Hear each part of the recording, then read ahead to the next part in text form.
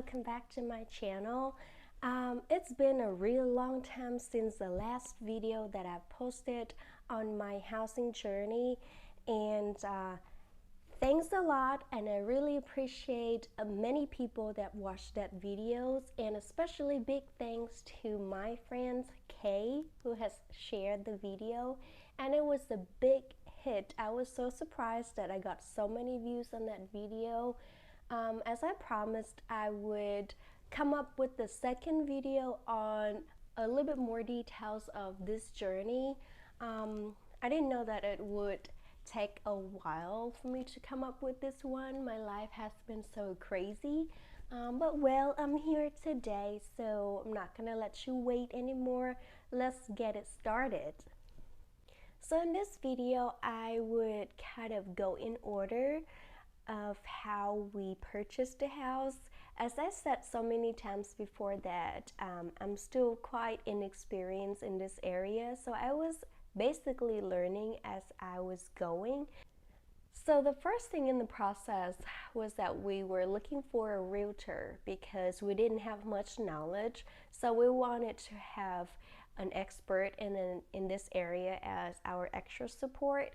So either you can find a realtor like I showed you in the last website, in the last video. The website's called Zillow.com, so that's where you can search for your realtor locally, or you can go with your friend who already maybe knows someone. Like in my situation, I went with a person that got introduced to me by a friend of mine.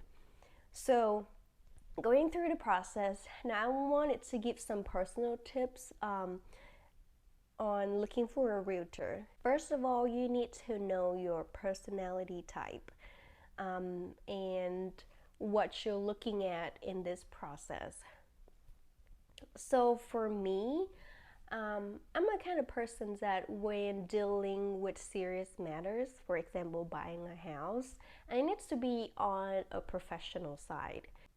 I can feel that some trying to make the process a little bit friendlier and a little bit easier and less stressful, so that's why they kind of approach the matter that way. But when they get too personal, I get easily distracted, and then I tend to forget what should I ask about certain things, because especially you are a first-time home buyer, everything is new to you.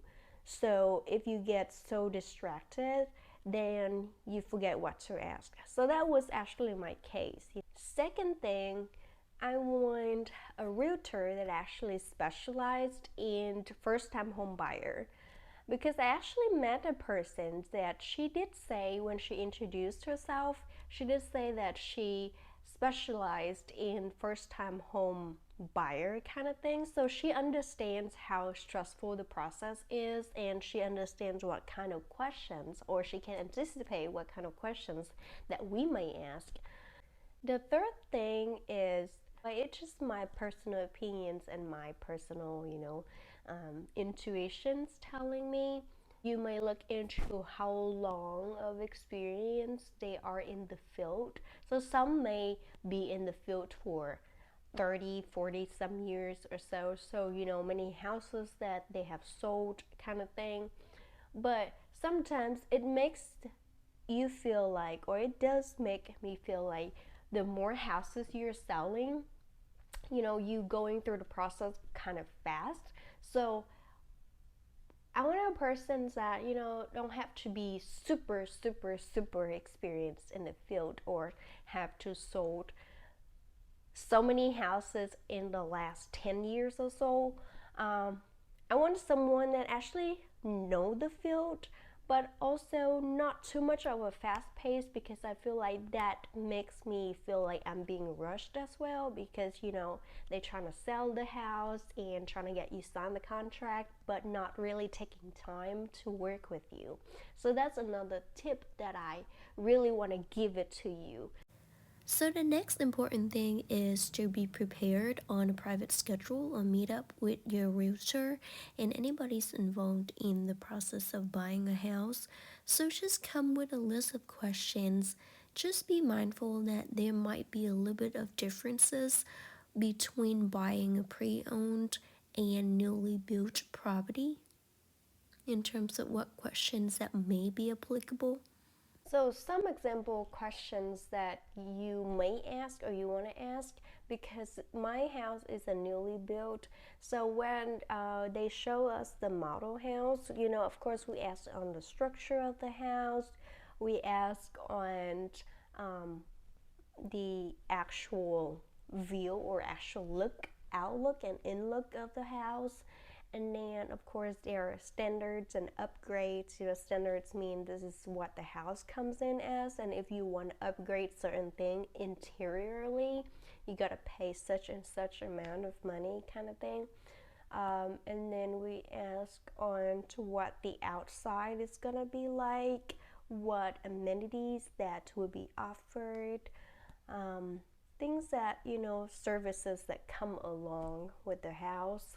We ask on gas or electric, if we can go entirely gas or entirely electric, kind of thing. So that's, questions that you may ask.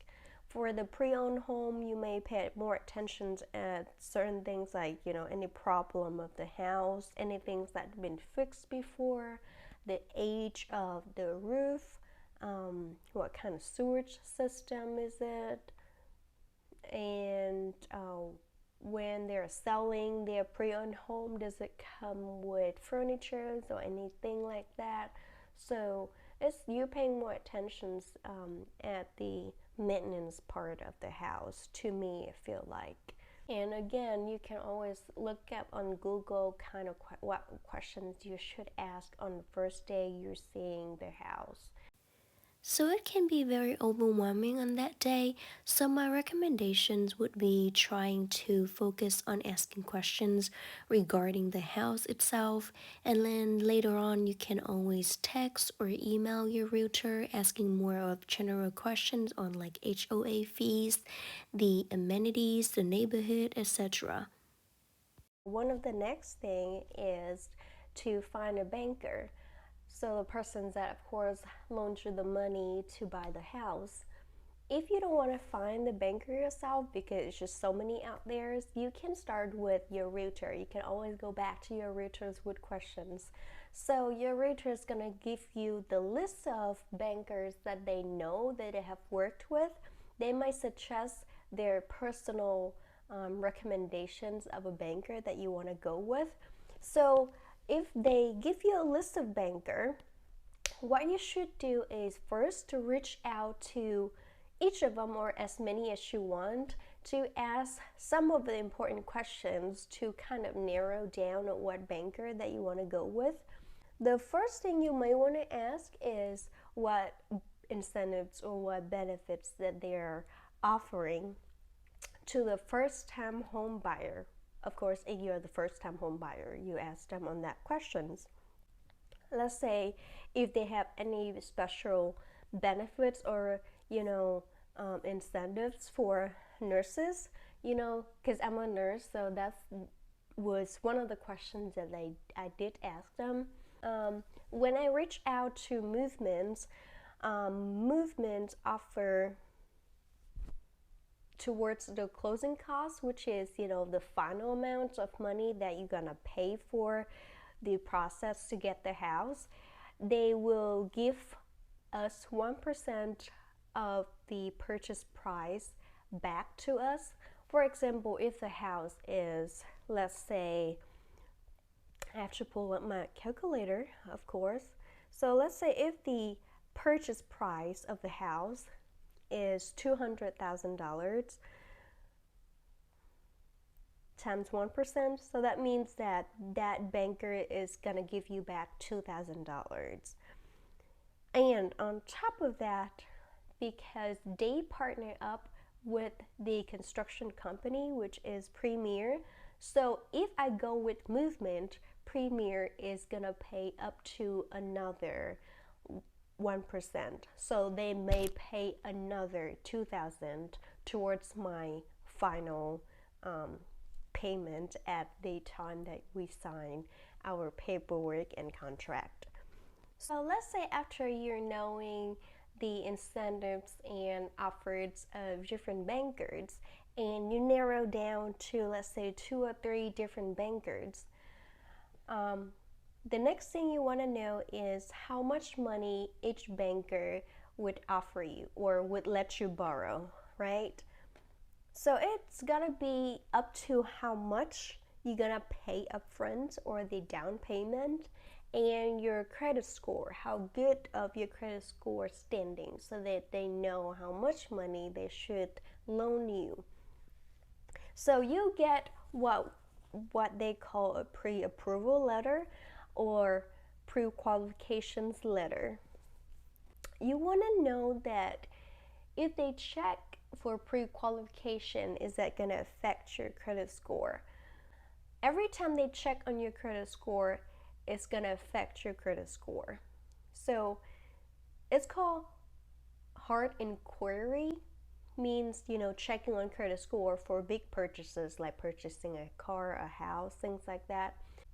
Your credit score is going to be affected, means it's going to be lower by a few points. But if the banker is okay with only you telling them that the estimate of your credit score, if you know it, then they don't have to pull it, they don't have to use that system data to actually pull and run it, or they do what they call a soft pull. It's not going to be affecting your score.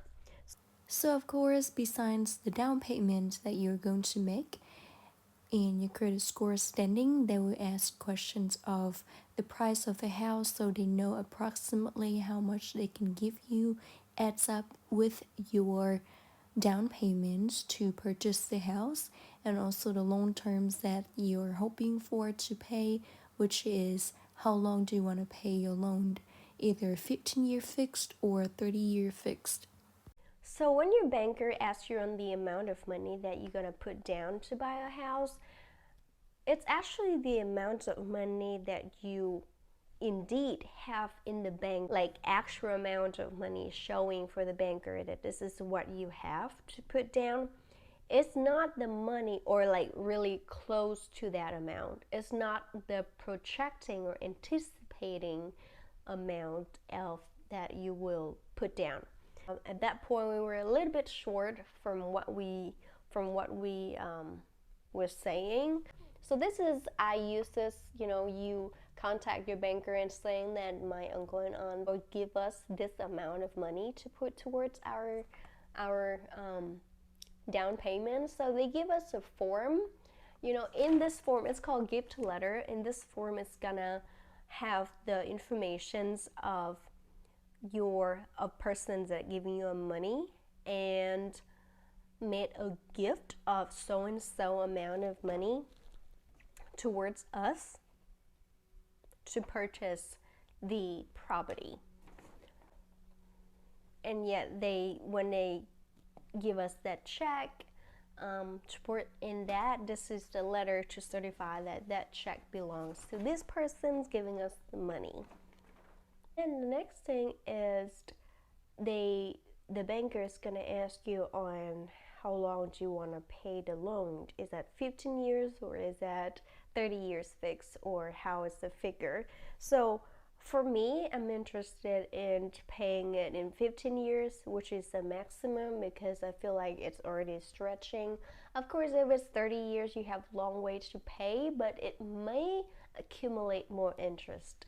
So what you want to do is telling them to give you both figures, like breakdown of both, like breakdown of what's if I pay 15 years gonna be looking like, and what if I want to pay 30 years gonna be looking like. And again, this is just the estimate. So they'll give you both figures and then you can compare it like that. And once you look at that figures, you can determine which plan you want to go with.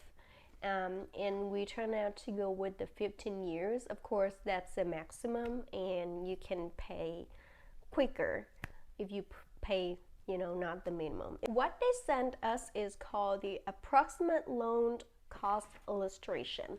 So this is the, the paper. On here, it's give you the approximate cost of closing fees and approximate total monthly payments for 15 years, and again 30 years if you ask for the 30 years figure as well, and the amount you need to close it. And then they put down really in details of what the fees included.